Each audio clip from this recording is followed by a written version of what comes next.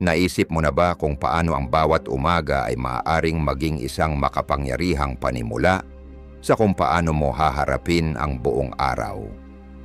Bago ka matangay ng ingay ng mundo, mga tanong, mga abala at mga pangangailangan, huminto ka muna sandali. Huminga. Bigyan mo ng direksyon ang sarili mo. Hindi lang ito basta-bastang gawain. Ito'y isang ritual. Isang paraan ng paggalang sa sarili. Makinig ka sa katahimikan ng umaga. Bawat paggising ay isang bagong pagkakataon, isang paanyaya para muling magpasalamat. Tumingin ka sa paligid, pansinin ang bawat hinga, ang tibok ng puso mo at ang lakas ng katawan mo.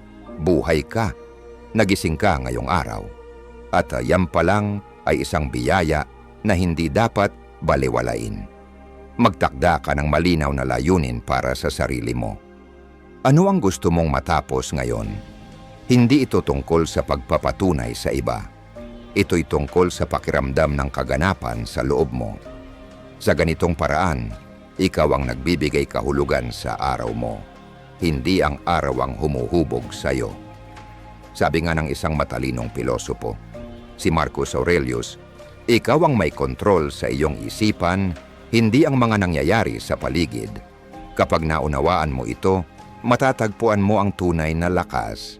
Kaya simulan mo ang araw mo ng malinaw ang isip, puno ng pasasalamat at may layuning buo.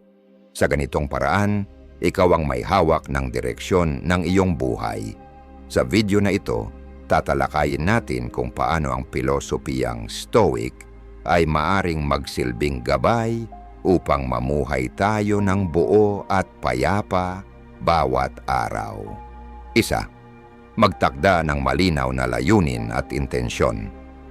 Ang bawat umaga ay isang mahalagang pagkakataon para magsimula muli upang itama ang mga pagkukulang ng kahapon at lumapit sa kung sino talaga ang gusto mong maging. Pero sa panahon ngayon, napakaraming sagabal at tukso.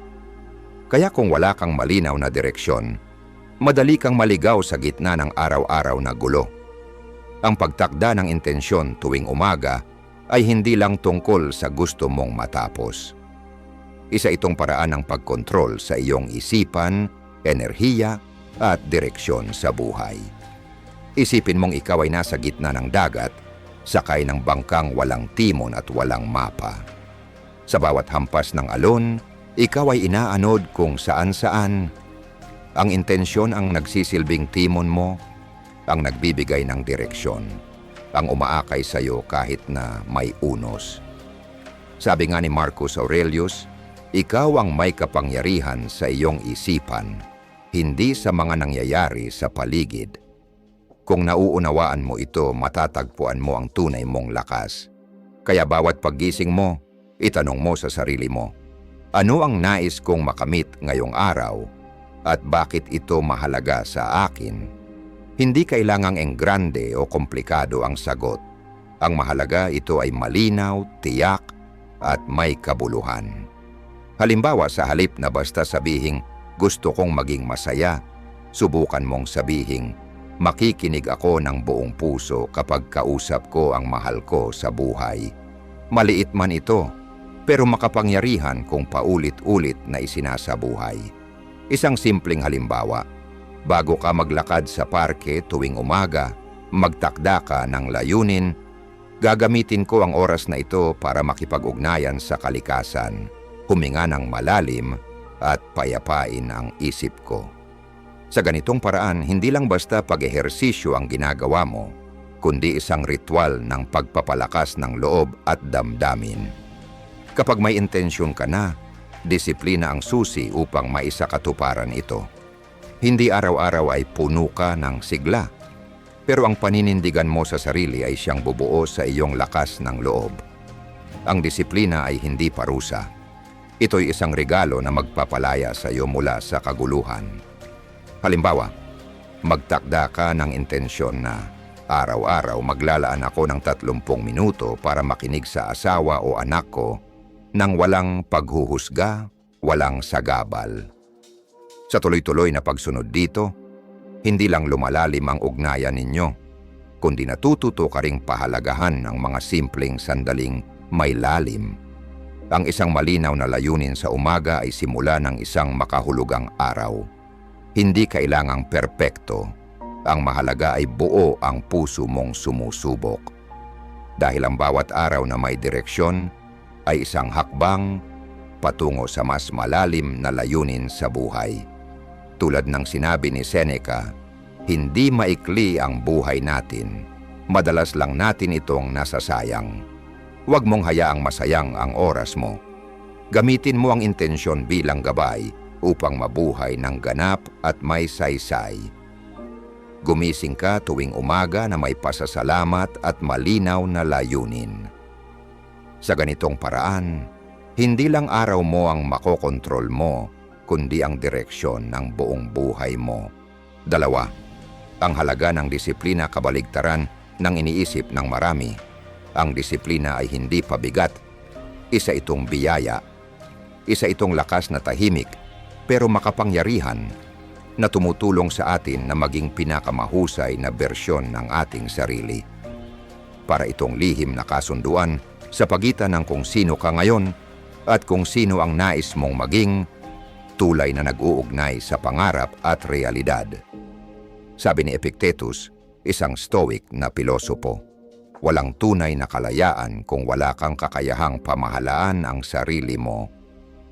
Ang tunay na kalayaan ay hindi ang kakayahang gawin ang kahit anong gusto mo, kundi ang disiplina upang piliin kung ano ang makabubuti para sa iyo. Maraming pangako at ideya ang mundo, pero disiplina lang ang kayang gawing aksyon ang mga ito. Halimbawa, gusto mong magsimulang mag-jogging para sa kalusugan. Ngunit sa tuwing maaga kang gigising, parang ang bigat sa katawan at may boses sa isip mong nagsasabing, mamaya na lang. Sa ganitong pagkakataon, ang disiplina ang bumabangon para sa'yo. Hindi lang ito basta aksyon. Isa itong pahayag ng respeto sa sarili. Karapat-dapat akong maging malusog, malakas, at mas mabuti. Ang disiplina ay hindi umaasa sa inspirasyong panandalian. Umaasa ito sa pagkakapare-pareho at tiyaga. Para itong patak ng tubig na unti-unting humuhubog sa bato, maliit pero matatag. Sa paglipas ng panahon, ang mga simpleng hakbang ay lumilikha ng tunay na pagbabago. Isipin mo ang isang taong gustong matutong tumugtog ng piano. Sa simula, magaspang at mali-mali ang tunog, pero kung araw-araw ay maglaan siya ng kahit 15 minuto para mag-ensayo, sa loob ng isang taon makakalikha siya ng musikang may damdamin. Hindi ito dahil sa likas na talento, kundi dahil sa disiplina. Ang disiplina ay parang kalamnan. Kapag lagi mong ginagamit, lumalakas ito. Sa una parang pagbubuhat ng napakabigat na bato, nakakapagod, mahirap, pero habang tumatagal, nagiging bahagi na ito ng sistema mo. Hindi mo na kailangang pilitin. Natural na siyang lumilitaw sa araw-araw at dito nangyayari ang himala. Kapag nabuo mo ang disiplina, hindi lang layunin ang naaabot mo. Nakakamit mo rin ang tunay na kalayaan. Hawak mo ang oras mo, ang lakas mo, at ang mga desisyon mo. Hindi na ang damdamin mo ang nagdidikta ng kilos mo. Ikaw na mismo ang gumagawa ng landas mo. Oo, darating ang araw na parang pasan mo ang bigat ng disiplina, lalo na kapag may tukso o pagsubok. Pero tandaan mo, panandalian lang ang sakit ng disiplina. Mas matagal at mas mabigat ang pagsisisi kapag hindi mo sinubukan. Halimbawa, isang taong gustong manatiling malusog. Kapag iniharap siya sa paborito niyang cake, may labang nagaganap sa loob. Pero kapag pinili niyang manatili sa layunin niya, hindi lang niya pinangangalagaan ang katawan niya, kundi kinikilala rin niya ang sarili niyang halaga. Ang disiplina ay hindi ipinapanganak sa tao. Itinatanim ito, nagsisimula sa maliliit na bagay. Pagtiklop ng kumot sa umaga, pagplano ng araw, pagninilay kahit ilang minuto lang. Ang mga simpleng gawaing ito ang pundasyon ng mas malalaking tagumpay. At higit pa sa pagbuo ng gawi, ang disiplina ay humuhubog ng pagkatao. Nagiging pamana ito, hindi lang batay sa mga nagawa mo, kundi sa paraan ng pamumuhay mo at kung paano ka naging inspirasyon sa iba. Kaya itanong mo sa sarili mo, ano ang gusto kong iwan sa mundong ito? Kung mahalaga talaga ang sagot mo, disiplina ang susi. Ito ang ilaw sa gitna ng kaguluhan. Ang gabay na tutulong sa iyong manatiling tuwid ang landas. Araw-araw, papalapit sa pinakakamangha-manghang bersyon ng sarili mo. 3. Ituon ang puso sa paglilingkod. Itinuturo sa atin ng pilosopiyang Stoic na ang tunay na kasiyahan ay hindi nanggagaling sa dami ng ating naipon, kundi sa kabutihang naibahagi natin sa kapwa. Sabi nga ni Marcus Aurelius, isa sa pinakatanyag na Stoic, ang ginagawa natin ngayon ay umuukit ng tunog na aalingaw-ngaw sa kawalang hanggan. Kaya ang paglilingkod ay hindi lang tungkulin, ito'y daan patungo sa mas mataas na layunin na lampas sa ating sarili. Sa puso ng paglilingkod ay ang paniniwalang ang tunay na saysay ng buhay ay natatagpuan sa pagbibigay. Kapag tayo ay naglilingkod sa iba, iniiwan natin ang makitid na mundo ng pansariling interes at kumokonekta tayo sa mas malawak na layunin. Isang layuning nagbibigay ng lalim, koneksyon, at ligaya na hindi kayang ibigay ng material na bagay o personal na tagumpay. Isipin mo ang epekto ng isang mabait na salita, isang taus-pusong ngiti, o simpleng pakikinig sa taong may pinagdaraanan. Bagamat tila maliit, ang mga kilos na ito ay maaaring magliwanag ng araw ng isang tao o baguhin pa nga ang kanilang buhay at sa proseso, tayo rin ay napupuno ng pasasalamat at kahulugan. Isang makapangyarihang halimbawa nito ay ang kwento ni Anthony Ray Hinton, isang lalaking halos 30 taon na nakulong sa death row para sa krimeng hindi niya ginawa. Sa halip na mawala ng pag-asa, pinili niyang maglingkod. Nakipagkaibigan siya, nagbigay ng tawa at aliw sa mga kapwa bilanggo. Nagdala ng liwanag sa isang madilim na lugar. Sa kabila ng kawalang katarungan, ang kanyang malasakit at tibay ng loob ang naging lakas ng marami. Nang sa wakas siya'y napalaya, iniwan niya ang bilangguan hindi bilang talunan, kundi bilang inspirasyon. Ang paglilingkod ay hindi nagpapahina, bagkus ito ang nagpapalalim ng ating pagkatao. Ito'y humuhubog ng kababaang loob, pasasalamat, at tunay na lakas. Tinuturuan tayo ng Stoicism na sa halip na tanungin, bakit ito nangyayari sa akin? Itanong natin, paano ko magagamit ang karanasang ito upang higit na makatulong sa iba? Kapag ganito ang pananaw mo, nagiging pagkakataon ang bawat hamon para lumago at para mas makadugtong sa komunidad. At hindi kailangang enggrande ang paglilingkod. Nagsisimula ito sa mga simpleng bagay, makinig ng buo, tumulong kahit hindi hinihingi, o magbahagi ng kaalaman upang ibangon ang kapwa. Ang mga maliliit na gawaing ito ay parang bato na inihulog sa tubig. Lumilikha ng mga alon na patuloy na lumalawak. Isipin mo lang kung bawat isa ay magsasagawa ng isang mabuting gawain bawat araw, anong klaseng mundo kaya ang mabubuo natin? Hindi na susukat ang kadakilaan sa dami ng pera o titulong nakamit. Nasusukat ito sa dami ng pusong nahipo at buhay na naiangat. Sa pagtuon sa paglilingkod, muling lumilitaw ang ating likas na pagkatao, pagmamahal, koneksyon, at layunin. Sa bawat pagkilos para sa iba, pinapatunayan nating hindi tayo nag-iisa sa mundong ito at ang tunay na ligaya ay hindi makasarili, kundi nakaugat sa pakikiisa. Kaya tanungin mo ang sarili mo, paano ko maisasama ang diwa ng paglilingkod sa araw-araw kong buhay? Naranasan mo na bang ang isang simpleng pagtulong ay nagdulot ng kakaibang tuwa at kahulugan sa iyo? Ibahagi mo ang karanasan mo. Gusto naming marinig kung paano ka nabago ng paglilingkod. Sama-sama tayong bumuo ng mundo kung saan nangingibabaw ang kabutihan, layunin, at malasakit sa isa't isa. 4. Isabuhay ang kababaang loob. Ang kababaang loob ay hindi kahinaan. Ito ay tanda ng tunay na lakas. Isa itong tahimik na pagkilala na ang ating galing at tagumpay ay hindi para ipagyabang, kundi para ibahagi sa iba. Sa pilosopiyang Stoic, ang kababaang loob ang ugat ng karunungan at disiplina sa sarili. Ito ang nagtuturo sa atin kung paano mamuhay ng may biyaya, pagiging totoo, at bukas na puso.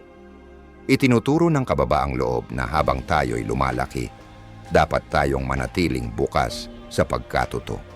Walang tao ang may monopolyo sa lahat ng sagot. Bawat karanasan, bawat tao na ating nakakasalamuha, lahat may aral na dala. Kapag tinanggap natin ito ng may pagkamausisa at pasasalamat, tuloy-tuloy ang ating paglago. Sa ganitong paraan, ang tagumpay ay hindi umaakyat sa ating ulo at ang kabiguan ay hindi sumisira sa ating halaga. Isang halimbawa ng kababaang loob sa pamumuno ay si Jim Collins. May akda ng Good to Great. Natuklasan niya na ang pinakamahuhusay na leader ay yaong may matinding paninindigan sa trabaho, ngunit nananatiling mapagpakumbaba. Hindi nila inaangkin ang lahat ng kredito sa kanilang tagumpay. Sa halip, kinikilala nila ang papel ng kanilang mga kasama, swerte, at tamang pagkakataon. Ang ganitong uri ng pamumuno ay hindi lang humihikayat ng tiwala, kundi nagbubuo ng kultura ng malasakit at pagtutulungan, isang pamana na mas matagal pa sa kanilang panahon. Ang kababaang loob ay mahalaga rin sa pagtatatag ng tunay na relasyon. Kapag isinantabi natin ang ating ego at taos-pusong nakikinig, mas malalim ang koneksyong nabubuo. Sa ganitong espasyo napapalitan ang yabang ng empatiya at ang pagpapanggap ng pagiging totoo. Sa ganitong mga ugnayan nakasalalay ang matibay na komunidad.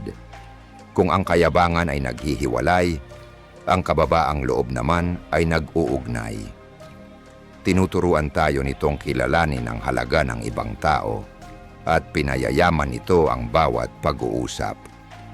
Sa kababaang loob, hindi tayo naghahabol ng atensyon. Tayo ay nagiging liwanag sa buhay ng iba.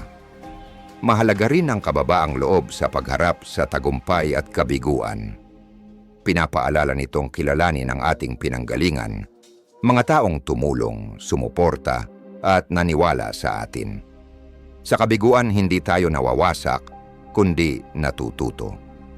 Sa halip na ikahiya ang pagkakamali, tinitingnan natin ito bilang hakbang patungo sa mas mabuting sarili. Sabi nga ni Seneca, hindi dahil mahirap ang isang bagay, kaya tayo hindi sumusubok, kundi dahil hindi tayo sumusubok, kaya ito nagiging mahirap. Ang mapagpakumbaba ay hindi natatakot sumubok, madapa, at matuto. Alam nilang bahagi ng paglalakbay ang pagkakamali. Ang kababaang loob ay nagtuturo rin ng pasasalamat. Napapansin natin ang maliliit na biyaya at nahihikayat tayong magbahagi at tumulong.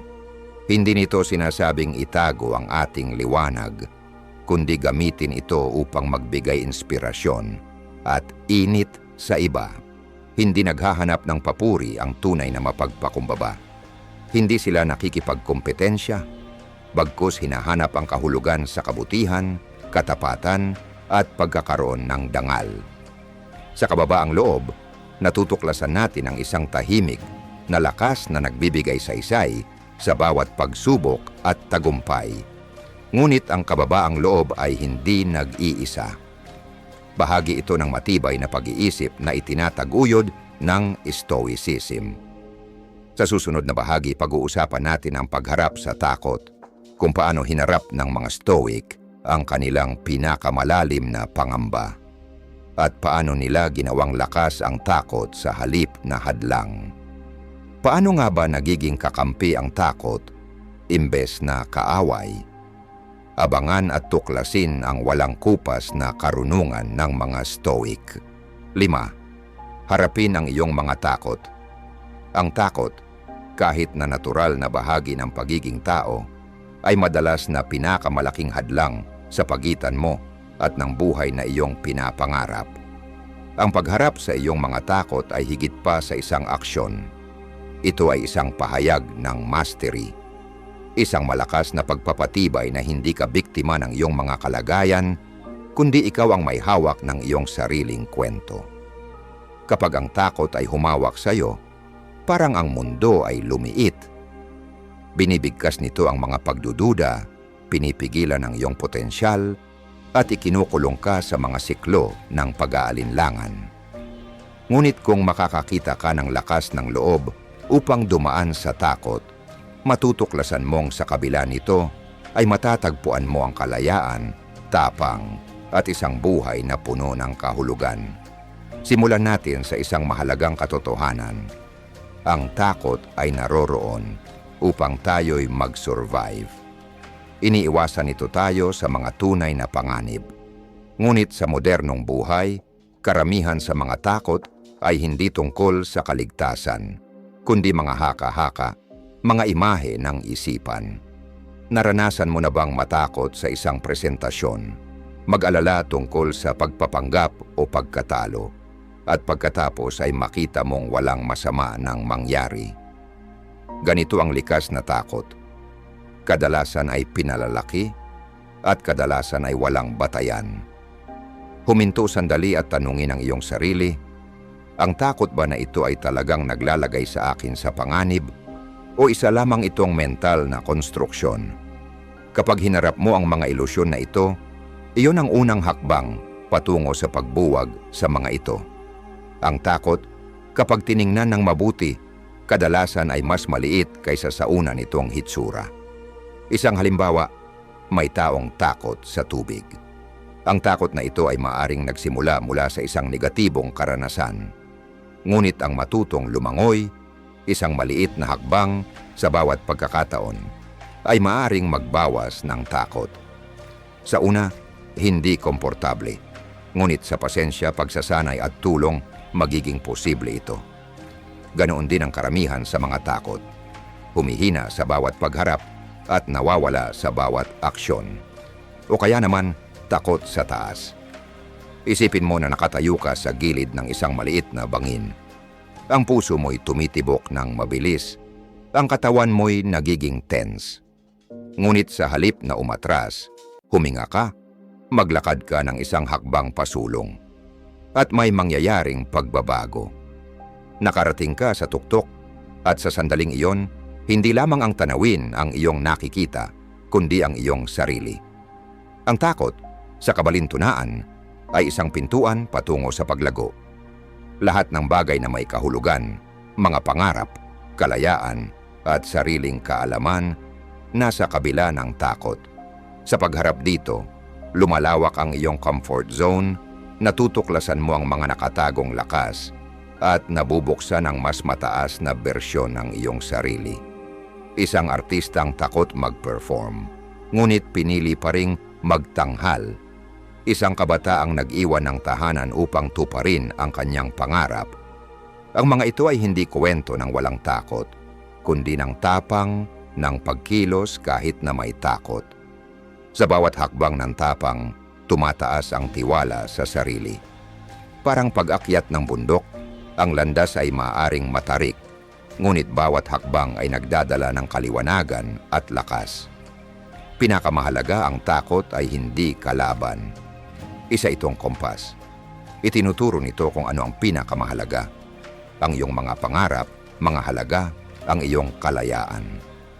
Kapag may takot na nararamdaman, madalas ay nangangahulugan ito na mahalaga ito. Iyon ang landas na dapat tahakin. Simulan mo sa maliliit na hakbang. Kung takot ka sa pagsasalita sa harap ng madla, magsimula ka sa pakikipag-usap sa isang estranghero. Kung takot ka sa pagbabago, gumawa ka ng isang maliit na pagbabago sa iyong araw-araw na routine. At tandaan, hindi mo kailangang mag-isa. Ang mga kaibigan, guro at mentor ay maaring magsilbing gabay sa pagharap sa mga takot at magbibigay ng suporta at lakas ng loob kapag kinakailangan. Ang takot ay hindi isang bagay na kailangang alisin, kundi yakapin. Isa itong guro. At kapag natutunan mo ito, hindi lang isang hadlang ang iyong nalampasan, kundi naging mas matalino, mas matapang, at mas buo kang tao. Kaya't kunin mo ang unang hakbang. Gawin mo ang bagay na ikinatatakot mo. Dahil sa kabila ng takot ay hindi lang tapang ang matutuklasan mo, kundi ang buhay na matagal mo nang inaasam. 6. Pananampalataya sa iyong sarili. Ang kumpiyansa sa sarili ay ang pundasyon ng personal na pag-unlad at tagumpay. Kapag naniniwala ka sa iyong kakayahan, kumikilos ka hindi lamang ng may tapang, kundi ng may layunin. Naging handa kang mag-take ng mga panganib, harapin ang mga pagsubok, at yakapin ang paglalakbay ng pagpapabuti. Ang paniniwala na ito ay hindi kayabangan. Ito ay tahimik na lakas. Ito ang panloob na kaalaman na ikaw ay may kakayahan, matibay, at karapat-dapat na mangarap at magtagumpay. Ngunit aminin natin, ang maniwala sa sarili ay hindi palaging madali. May mga sandali ng pagdududa, takot, at panghihina ng loob. At ayos lang iyon. Ang pinakamahalaga ay ang pagtitiyaga. Kapag patuloy kang lumalakad, kahit na may mga agam-agam, binubuo mo ang uri ng tiwala sa sarili na tatagal. Alamin mo ito, ang iyong halaga ay hindi nakatali sa iyong mga tagumpay, kita, o opinyon ng iba. Ikaw ay sapat na. Ang iyong kahalagahan ay nagmumula sa loob, mula sa sariling kaalaman at respeto sa sarili. Ikaw ang nagtatakda kung sino ka. Walang titulo o pagkilala ang makakagawa nito para sa iyo. Sa landas ng paniniwala sa sarili, hindi maiiwasan ang mga hamon at kabiguan. Ngunit hindi ito tanda ng kahinaan. Ito ay mga paanyaya upang matuto, magbago, at bumangon ng mas malakas. Sa bawat pagkatalo at pagbangon, dala mo ang mga aral na humuhubog sa iyong lakas. Ganito binubuo ang tunay na kumpiyansa, hindi sa madaling tagumpay, kundi sa pagbangon mula sa mga pagsubok. Ang pagdududa at takot ay mga likas na kasama kapag tinatahak ang hindi tiyak. Ngunit hindi sila kailangang magdikta sa iyo. Kapag naniniwala ka sa iyong sarili, ang mga emosyon na ito ay nagiging signal, hindi mga hadlang. Naging bahagi sila ng proseso, hindi katapusan ng iyong paglalakbay. Isipin mo si Thomas Edison, na sikat na nagsabi, "Hindi ako nabigo. Nakahanap lang ako ng 10,000 paraan na hindi gumagana." Ang nagpapatibay sa kanya ay hindi lang ang katalinuhan, kundi ang paniniwala. Isang hindi matitinag na pananampalataya na, sa kabila ng lahat ng mga pagsubok, ang kanyang pangarap ay posible. Ang uri ng pagtitiyaga na kaugat sa paniniwala sa sarili ay magdadala sa iyo sa kahit anong hamon. Ngunit narito ang katotohanan, ang kumpiyansa sa sarili ay hindi isang desisyon na ginagawa minsan lamang. Ito ay isang pang-araw-araw na pagsasanay. Ito ay paggising tuwing umaga at pagpili na muling maniwala sa iyong sarili, paulit-ulit. Ang ilang araw ay mas madali, ang iba mas mahirap. Ngunit bawat maliit na hakbang ng tiwala sa sarili ay nagpapalalim ng pundasyon sa iyong mga paa. Ang kaalaman sa sarili at pagtanggap sa sarili ay iyong mga kaalyado. Pinapalayo ka nila sa pagsusukat ng iyong halaga ayon sa mga pamantayan ng mundo at sa halip, tinutulungan ka nilang makahanap ng kahulugan sa iyong natatanging landas. Hindi mo kailangang maging perpekto. Kailangan mo lang magpatuloy, isang maliit na hakbang ng tapang sa bawat pagkakataon. Kaya't magtiwala ka sa iyong sarili. Harapin ang mga hamon at tratuhin ang iyong sarili ng pagmamahal at respeto. Hindi ka tinutukoy ng iyong mga pagkatalo at hindi ka limitado ng iyong mga takot. Ang bawat bagong araw ay isang pagkakataon upang palalimin ang iyong paniniwala sa kung sino ka at kung sino ka pa magiging. At kapag nagsimula kang maunawaan ang tahimik na lakas ng paniniwala sa sarili, makikita mong ang mga hamon ay hindi mga banta, kundi mga katuwang sa iyong paglago. Hindi sila dumating upang pigilan ka, dumating sila upang patibayin ka. Ngunit narito ang tanong, handa ka na bang mamuhay ng buo sa kasalukuyang sandali? O patuloy ka pa bang mag-aalala tungkol sa mga bagay na hindi pa nangyayari? Sa susunod na bahagi, haharapin natin ang mas malalim na paglalakbay, ang pagmaster ng kasalukuyan. Dahil kapag natutunan mong magtiwala sa iyong sarili at mamuhay sa ngayon, ang buhay ay magbubukas ng makapangyarihang bagong mga paraan. 7. Mamuhay ng buo sa kasalukuyan. Madalas tayong maligaw sa nakaraan, nababalot ng mga pagsisisi o magtampisaw sa hinaharap, tinitimbang ng mga alalahanin. Sa paggawa nito, nakakalimutan natin ang isang simpleng ngunit malalim na katotohanan. Ang buhay ay nangyayari lamang sa kasalukuyang sandali. Ang nakaraan ay hindi na mababago. Ang hinaharap ay hindi tiyak. Ngunit ang kasalukuyan, ang hininga na ito, ang pag-iisip na ito, ang pagpili na ito, ay siyang tanging bagay na tunay na atin. Ang pamumuhay ng buo sa kasalukuyan ay isang sining. Ito ay isang malay na pagbabalik sa kung ano ang pinakamahalaga. Ibig sabihin nito, tinatanggihan ang ingay ng ating mga abalang isipan at pinapahalagahan ang yaman ng ngayon.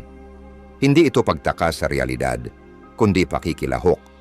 Ang presensya ay nagbibigay daan upang muling kumonekta tayo sa ating sarili, sa iba, at sa kahulugan na matatagpuan sa mga simpleng bagay. Kapag tayo ay ganap na narito sa kasalukuyan, nagiging mas makulay ang buhay.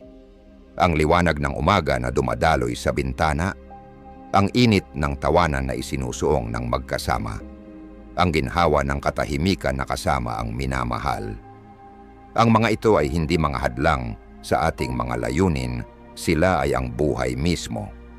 Ang kasiyahan ay hindi nakalaan lamang sa mga tagumpay sa hinaharap. Matatagpuan ito sa mga sandali na madalas nating ipagsawalang bahala. Isaalang-alang si Marcus Aurelius, emperador ng Roma at isang stoic na pilosopo. Sa kabila ng bigat ng pamumuno sa kanyang mga balikat, maaari niyang napakadaling magpaalipin sa takot sa hinaharap o panghihinayang sa mga desisyon sa nakaraan.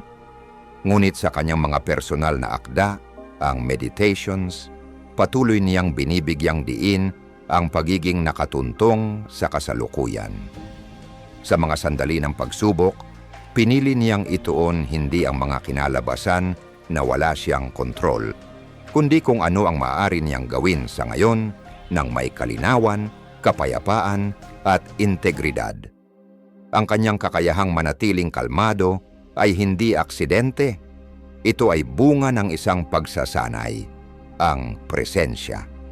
Ang pamumuhay sa kasalukuyan ay nagpapatalas din ng ating kakayahang tumugon ng maayos sa mga hamon.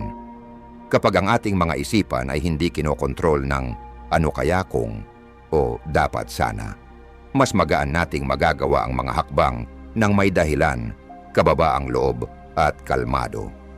Ang tanging kapangyarihan na mayroon tayo ay nasa kung paano natin tutugunan ang nangyayari ngayon. At kapag tumugon tayo ng may malasakit, kahit ang pinakamahirap na sitwasyon ay nagiging mas madali. Ang ganitong paraan ng pamumuhay ay nagpapalalim din sa ating mga relasyon. Ang pagiging present sa isang tao ay higit pa sa pagdinig ng kanilang mga salita.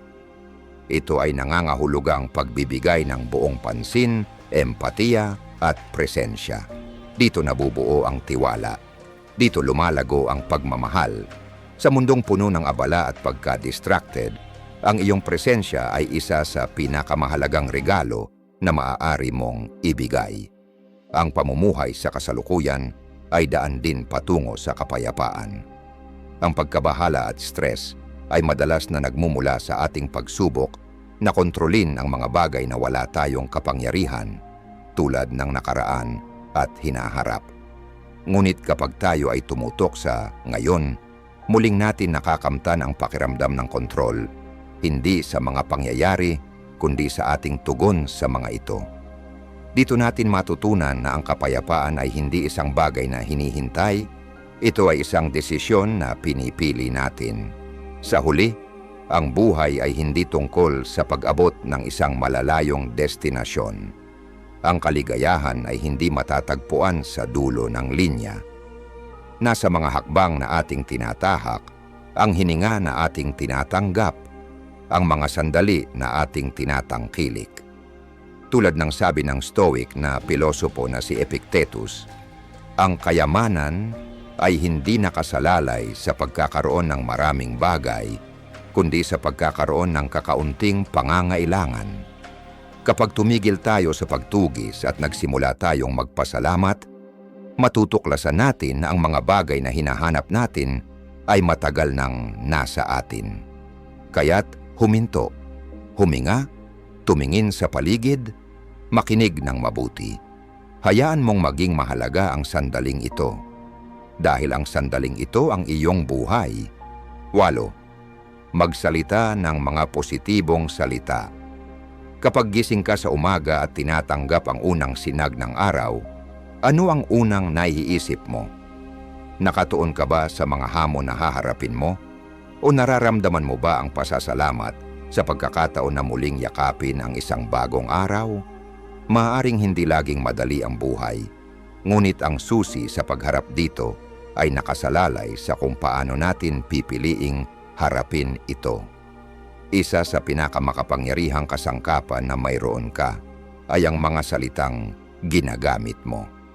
Ang mga positibong salita ay hindi lamang mga walang laman na pagpapalakas ng loob o pansamantalang kasabihan. Ang mga ito ay malalakas na puwersa na kayang baguhin kung paano mo nakikita ang mundo at ang iyong sarili. Ang mga salitang pinipili mong gamitin ay humuhubog sa iyong realidad. Ang pagsisimula ng bawat araw sa positibong salita ay naglalikha ng espasyo para sa paglago at potensyal, hindi lamang para sa iyong sarili, kundi pati na rin sa mga tao sa paligid mo. Ang positibong salita ay parang mga butong itinatanim sa iyong kaluluwa. Sila ay lumalaki at tumutulong sa iyo na harapin ang buhay ng may lakas, tiwala at tibay. Ngunit tandaan, ang pagiging positibo ay hindi nangangahulugang itinatanggi ang mga paghihirap. Hindi ito tungkol sa pagpapanggap na perpekto ang lahat, kundi tungkol sa pagpili na makita ang pagkakataon sa mga pagsubok at makita ang liwanag sa dulo ng tunel. Ang mindset na ito ay nasa puso ng Stoic na pilosopiya. Ito ang pag-unawa na bagamat hindi natin kontrolado ang mga nangyayari, maaari nating piliing kung paano tayo tutugon. Laging darating ang mga hamon, ngunit ang paraan ng ating pagsasalita tungkol dito sa ating sarili at sa iba ay may malaking epekto. Halimbawa, imbes na magsabi ng "hindi ko kaya" o "huli na", subukan mong sabihing "matututo ako mula rito" o "ito ay pagkakataon para mag-grow". Ang pagbabago sa wika ay nagdudulot ng pagbabago sa pananaw na nagdadala ng positibong epekto sa iyong mood at enerhiya. Ang positibong salita ay hindi lamang tungkol sa pagpapalakas ng iyong sariling lakas. May epekto din ito sa mga tao sa paligid mo. Sa pamamagitan ng pagbibigay ng mga salitang nagpapalakas, respeto at kabutihan, tinutulungan mong maramdaman ng iba na sila ay mahalaga, kaya't nakabubuo ka ng mga relasyon na nakabatay sa suporta at tiwala. Ang kapangyarihan ng mga salita ay hindi lang binabago tayo, binabago din nila ang mundong nakapaligid sa atin. Isang magandang halimbawa ng epekto ng positibong salita ay ang kwento ni J.K. Rowling, ang may akda ng Harry Potter. Bago siya magtagumpay, naranasan ni Rowling ang sunod-sunod na kabiguan at pagtanggi. Ngunit imbes na hayaan niyang tukuyin siya ng mga pagkatalo, pinili niyang ituring ang mga ito bilang mga aral, mga hakbang patungo sa mas mataas na layunin. Sa mga pinakamatinding sandali niya, paulit-ulit niyang pinapaalalahanan ang sarili, ang hindi nakakamatay sa akin ay nagpapalakas sa akin. Ang simpleng affirmation na ito ay nakatulong sa kanya upang magpatuloy sa kabila ng mga pagsubok at sa huli ay makamtan ang tagumpay na kanyang pinapangarap. Kaya't, anong mga salita ang sinasabi mo sa iyong sarili araw-araw? Ang mga salitang ginagamit mo ay may kakayahang baguhin ang iyong pananaw at sa huli, mababago ang iyong buhay. Imbes na mag-focus sa mga alalahanin sa hinaharap, piliin mong sabihing, kaya kong malampasan ito, kaya kong matuto, kaya kong mag-grow. Mapapansin mo hindi lamang ang pagbabago sa iyong pananaw, kundi pati na rin ang mas matibay at mas resilient na espiritu sa iyong sarili. Ang pagiging positibo ay hindi tungkol sa pagtanggi sa mga paghihirap sa buhay. Ito ay tungkol sa pagharap sa mga ito ng may mindset ng paglago at pag-asa. Hayaan mong magsimula ang iyong umaga ng may positibong salita. Sila ang susi sa paglikha ng isang buhay na puno ng pag-asa, kahulugan at layunin. Anong positibong salita ang ginagamit mo upang simulan ang iyong araw? Ibahagi ito sa mga komento sa ibaba at ipaalam sa amin kung paano ito nagbago ng iyong buhay. 9. Magmuni-muni ukol sa iyong mga pangarap.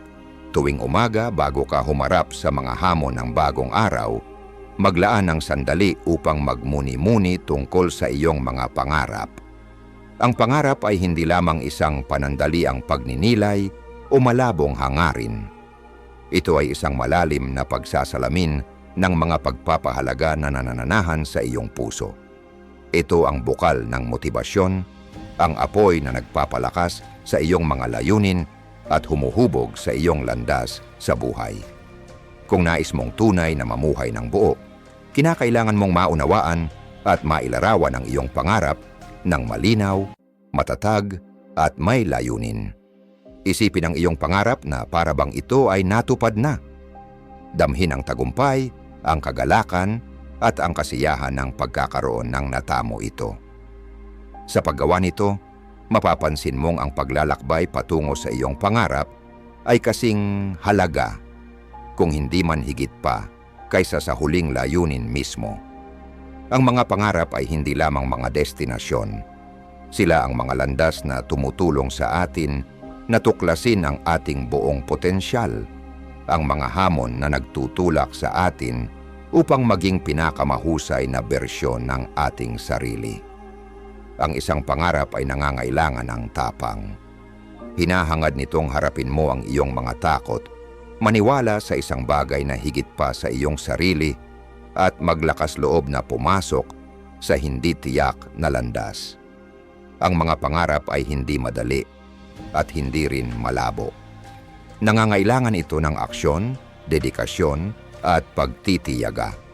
Ang mga unang hakbang na tatahakin mo patungo sa iyong pangarap ay kadalasang pinakamahirap, puno ng mga pagdududa, kabiguan at minsang kalungkutan. Ngunit kapag tumingin ka pabalik, makikita mong ang mga pagsubok na iyon ang pinakamahalagang aral sa iyong landas. Ang iyong pangarap ay sumasalamin sa iyong mga pangunahing pagpapahalaga, mga hilig at mga hangarin. Ang mga bagay na nararamdaman mong ikaw ay ipinanganak upang magtagumpay. Kaya't ang paglalaan ng oras tuwing umaga upang magmuni-muni tungkol sa iyong pangarap ay isang pagkakataon upang muling makipag-ugnay sa iyong bakit sa buhay. Isang tanong na tanging ikaw lamang ang makasasagot. Bakit ko ito ipinaglalaban? Kapag naunawaan mo ang mas malalim na dahilan sa likod ng iyong pangarap, ito ay nagiging isang puwersang maghahatid sa iyo sa kabila ng mga pagsubok at magpapalakas sa iyong determinasyon. Halimbawa, isipin mo ang kwento ng isang batang artist na hindi sumuko sa kabila ng sunod-sunod na pagtanggi. Nagsimula siyang magpinta ng mga simpleng larawan, ngunit ang kanyang mga gawa ay hindi masyadong napansin. Sa loob ng maraming taon, inilaan niya ang kanyang sarili sa sining, nakaranas ng mga kabiguan at pagsubok. Ngunit hindi niya iniwan ang pangarap na maging isang kilalang artista. Ang bawat pagtanggi ay naging isang aral. Ang bawat hirap ay nagbigay ng pagkakataon upang mag-grow, paunlarin ang kanyang kasanayan, at mag-evolve bilang isang artist. Sa kalaunan, ang kanyang kakaibang estilo ay napansin ng mga kolektor ng sining at kritiko, at natupad ang kanyang pangarap. Ang kanyang mga obra ay hindi lamang nagpakita ng kanyang malalim na emosyon, kundi binago rin nito ang pananaw ng ibang tao sa mundo. Sa pamamagitan ng pagtitiyaga, naging realidad ang kanyang pangarap. Sa paglalakbay na ito, mahalagang muling pag-isipan at i-adjust ang iyong pangarap. Ang buhay ay patuloy na umuusad at gayon din ang iyong mga pangarap. Hindi ibig sabihin ito ay tatalikuran mo ang iyong orihinal na pananaw, kundi ang tiyakin na ang iyong pangarap ay umaayon pa rin sa iyong kasalukuyang mga pagpapahalaga. Ang landas patungo sa iyong pangarap ay bihirang diretsyo, ngunit nasa mga hakbang, mga hamon, at maliliit na tagumpay tayo lumalago. At ang paglago na ito ang nagbibigay ng tunay na kahulugan sa ating mga pangarap. Sa huli, ang pagmumuni-muni sa iyong pangarap tuwing umaga ay hindi lamang nakakatulong upang malinawan ang iyong mga layunin, kundi nagpapalago din ng pasasalamat sa mga progreso na nagawa mo hanggang ngayon. Tandaan, ang pangarap ay hindi lamang isang destinasyon. Ito ang paglalakbay na tinatahak mo araw-araw. Mamuhay ng buo sa bawat sandali ng iyong paglalakbay. Pangwakas na pag-iisip ukol sa Stoicism at pangarap. Sa seryeng ito, natutunan natin ang kapangyarihan ng pilosopiyang Stoic at kung paano ito maisa sa buhay araw-araw. Itinuturo ng Stoicism ang pagkakaroon ng self-control, equanimity, at ang kakayahang mapanatili ang panloob na kapayapaan sa lahat ng sitwasyon. Tuwing gisingin ka sa umaga, mayroon kang karapatan na piliin ang iyong saloobin. Gabayan ka ng Stoicism sa paglalakbay na ito, tinutulungan kang harapin ang bawat araw ng may kalmado at kontrol. Kaya, ano sa tingin mo ang epekto ng Stoicism sa iyong buhay araw-araw? Ano ang pakiramdam ng magsimula ng iyong araw ng may focus at kapayapaan? Ibahagi ang iyong mga saloobin sa mga komento sa ibaba. Kung nakatulong ang video na ito, huwag kalimutang i-like, i-share, at mag-subscribe sa aming channel upang hindi mo makaligtaan ang susunod na motivational content. Maraming salamat sa panonood at patuloy na tuklasin ang mga aral ng pilosopiyang Stoic kasama kami sa susunod na video.